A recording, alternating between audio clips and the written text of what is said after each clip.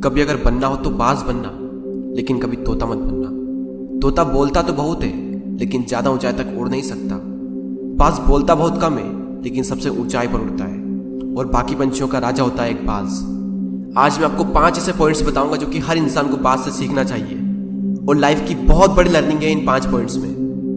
पहला lesson, eagle fly alone. बाज अकेले उड़ता है और बाकी पंछियों के मुकाबले सबसे ऊंचाई पर उड़ता है। बाज अकेले उड़ेगा, लेकिन कभी भी चिड़िया और छोटे पंछियों के साथ नहीं उड़ेगा। बाज हमेशा या तो बाज के साथ उड़ता है या फिर अकेला उड़ता है, और इससे हमें यह सीख मिलती है कि छोटी सोच वाले लोगों से हमेशा दूर रहें और अकेले रहो, क्योंकि यही वो समय है जब खुद को जानने का असली मौका मिलता है। दूसरा लेसन, बाज का विजन बहुत ज्यादा क्लियर होता है और बहुत ज्यादा स्ट्रॉन्ग होता है। बाज अपने शिकार को 5 किलोमीटर दूर से ही देख लेता है, और जब एक बार उसे अपना लक्ष्य दिख जाता है तो उसके बाद चाहे रास्ते में कितनी भी मुश्किलें क्यों ना आए, वो अपने लक्ष्य को हासिल करके ही दम लेता है। इससे भी एक बहुत बड़ी सीख मिलती है कि अपना विजन क्लियर रखो, और उसे हासिल करने में फिर चाहे कितनी भी मुश्किलें क्यों ना आए, पीछे मत हटो उस बाज की तरह। तीसरा लेसन, बाज कभी भी मरे हुए जानवरों को नहीं खाता, वो हमेशा जिंदा शिकार करता है, और इससे हमें यह सीख मिलती है कि जो हमारा पास्ट है वो मर चुका है, तो अपने उन मरे हुए सड़े हुए थॉट्स पर ध्यान मत दो और अपनी आने वाली ताजी फ्रेश जिंदगी पर ध्यान लगाओ।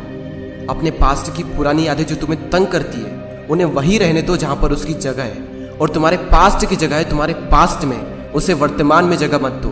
क्योंकि एक बार अगर तुम्हारा पास्ट तुम्हारे प्रेजेंट में आ गया, तो तुम्हारा पास्ट तुम्हें कभी प्रेजेंट में नहीं रहने देगा।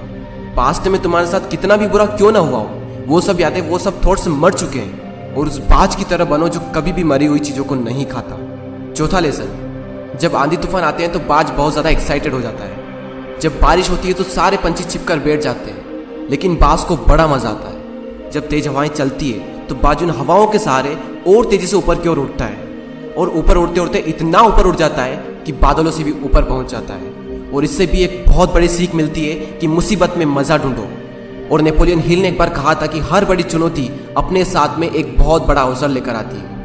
तो उस बाज की तरह तुम भी अपने अवसर को पहचानो, और जिस दिन तुमने अवसरों को पहचान लिया तो सारी मुश्किलें तुम्हारे नीचे होगी और तुम उन मुश्किलों के ऊपर होगे। फिफ्थ लेसन, बाज अपने घोंसलों में से सॉफ्ट घास को हमेशा निकाल देता है, ताकि बाज का जो बच्चा होता है वो उसमें कंफर्टेबल ना हो सके, क्योंकि अगर वो घोंसले में कंफर्टेबल हो गया तो वो वहीं रहना पसंद करेगा। लेकिन बाज ऐसा कभी होने नहीं देता। बाज एक पंछी है, और उसे भी ये बात पता है कि there is no growth in comfort zone. लेकिन हम तो इंसान है ना, और इंसान होने के बावजूद भी कई सारे लोग इस बात को समझते ही नहीं।